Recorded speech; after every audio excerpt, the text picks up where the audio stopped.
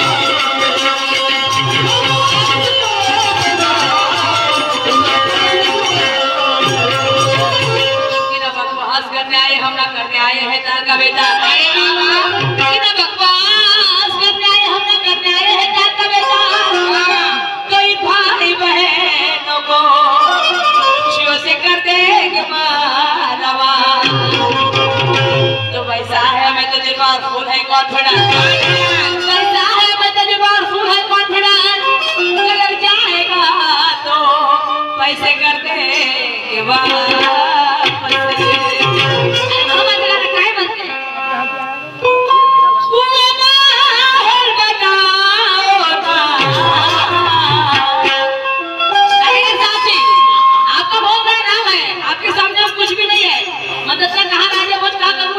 के फिर भी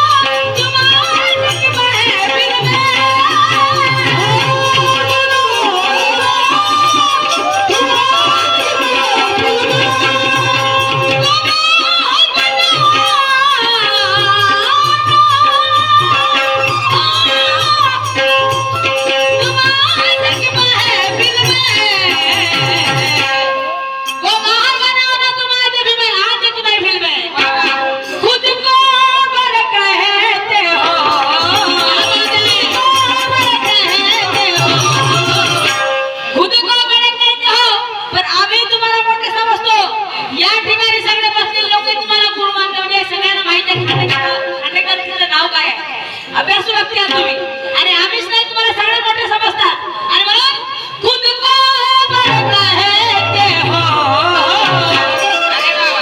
खुद को बड़ा कहते हो औलाद है खुद को बड़ा कहते हो औलाद है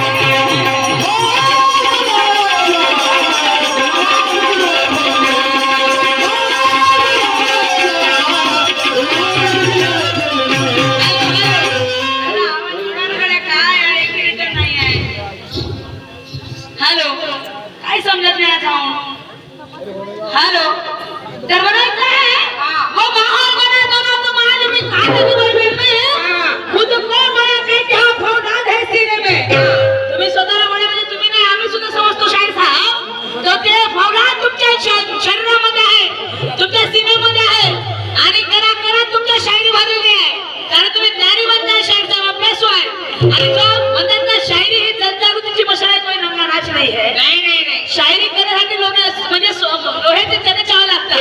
आणि मग म्हणायचं की चारों आपका नाम बड़े शान से फैला है. चारों ओर आपका नाम बड़े शान से फैला है. और शायरी में माहिर ऐसे गुणवान से पाला पड़ा है.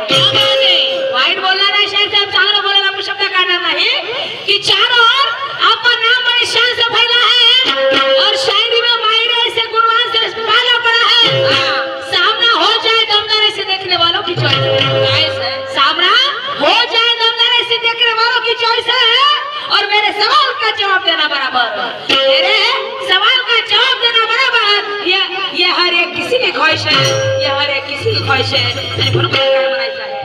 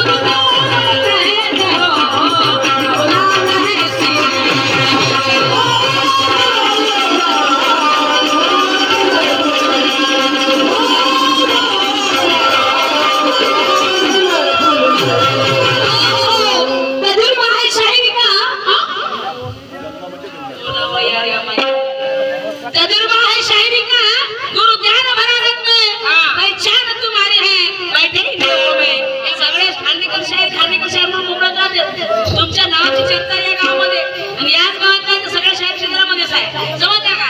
आणि मी सुद्धा तुम्हाला मानते, आत्मातून मानते, कारण तुमच्या हरकत ज्ञान कोणी देत नाही. एवढे विषय कोणी सांगत नाही माझे माय बाप. आज या ठिकाणी संविधान दिवस आहे. जर बोलायला लावलं तर शायर साहेबांनी पुरी ऐशी द्यायची हो पुरे रात्रभर point to point, cut to cut. पण कसं आहे, आम्ही शायर आहोत आणि आम्हाला शहरांना एवढं काही बोलणं जमत नाही. आम्हाला काही बंधन राहतात. त्याच्यामुळे आम्ही लोक तुम्हाला काही सांगू शकत नाही. हे पापी पटका सवाल बरोबर आहे का बोल राव? हे पापी पटका सवाल आहे आणि या पापी पटण्यासाठी आम्हाला काय काय खोट्या म्हणजे खरं असतं त्याला खोटं बोलून सांगा हक्क अशी गोष्ट आहे नाही का. म्हणून आम्ही काय विषय सादर करू शकत नाही. आम्हाला सगळ्या गोष्टी व्यवस्थित म्हणतात लागतात. आणि म्हणून मला म्हणायचं आहे की तजुर्बा है शायरी का गुरु ज्ञान भरा रंग में पहचान तुम्हारी है बैठे इन लोगों में. तुमच्या नावाची वाव आहे शायर साहेब. पहिल्या प्रश्नाचं उत्तर विचारलो. पहिल्या प्रश्नाचं उत्तर तुम्ही एक म्हणजे आले त्या जवाब पोहोचण्याचा प्रयत्न केला नाही. तो प्रसंगच तुमच्या लक्षात आलेला नाही. शायर साहेब माझा दुसरा तुम्हाला प्रश्न आहे, सुंदरसा आहे आणि तो आहे आमच्या बाबासाहेब आंबेडकरांवरती. आता मगाशी बोलले ते मला एक मंडळातील आयोजकांनी की मला संविधान दिवस आहे, विचार संविधान दिवसावरती बाबासाहेब मांडा. पण असं आहे निवड आम्ही बाबासाहेब मांडू शकत नाही, काही काही पूर्ण जाती धर्माचे लोक बसलेले आहेत. त्याच्यामुळे आम्हाला सर्व धर्म समूह आहे, मग सगळ्या जाती धर्माचे विषय म्हणावे लागतात. तर परंतु शायर साहेब एक प्रश्न विचारलाय बाबासाहेबांना तुम्हाला की डॉक्टर बाबासाहेब आंबेडकरांना कधी वेळच मिळत नव्हता. वेळच मिळत नव्हता त्यांना अभ्यास करता ते दिवस त्यांनी अभ्यास करायचे. त्यांचे म्हणजे सगळ्यांना टेन्शन घेता घेता त्यांचे दिवस गेले आणि त्यांना झोपायला खूप कमी वेळ भेटत होती. परंतु असं बाबासाहेबांना अशी एक वेळ मिळाली, त्याचं असं एक मूड बनलं की म्हणे नाही आज मला पिक्चर बघायचा आहे, आज मला पिक्चर बघायचा आहे. बाबासाहेबांना वाटलं मला थोडी वेळ करायची आहे म्हणजे थोडा मूड फ्रेश करायचा आहे. तर बाबासाहेबांनी एक पिक्चर बघितला शाळेत झालं. सर्वप्रथम पहिला बाबासाहेब एक पिक्चर बघायला गेले थिएटर मध्ये. तर सगळ्यात पहिला जो बाबासाहेबांनी पिक्चर बघितला त्या पिक्चरचं नाव काय त्या पिक्चरचं नाव काय आणि तो केव्हा प्रदर्शित झाला आणि त्या पिक्चरची पहिली नायिका कोण म्हणजे हिरोईन कोण उत्कृष्ट काम करणारी नायिका कोण तो पिक्चर कधी रिलीज झाला आणि बाबासाहेबांनी जो पिक्चर बघितला पहिला पिक्चर त्या पिक्चरचं नाव काय हे तुम्हाला तुमच्या राऊंड मध्ये सांगायचं आहे. आणि म्हणून मला शेवट काय म्हणायचं आहे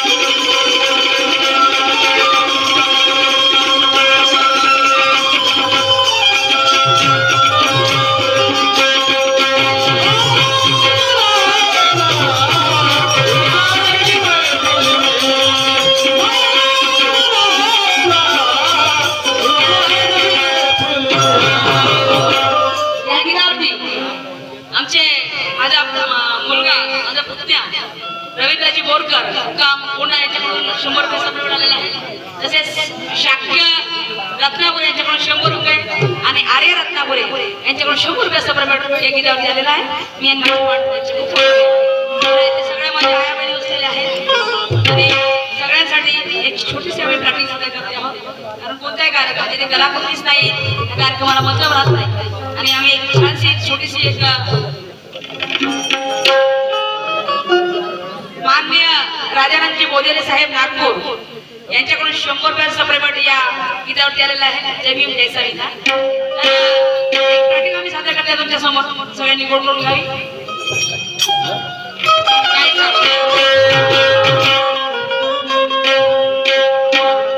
काय सांगू का सकाळपासून वाट बघताय घरचा जीव घरी नाही गेले तरी कुठे असते वाट पाहत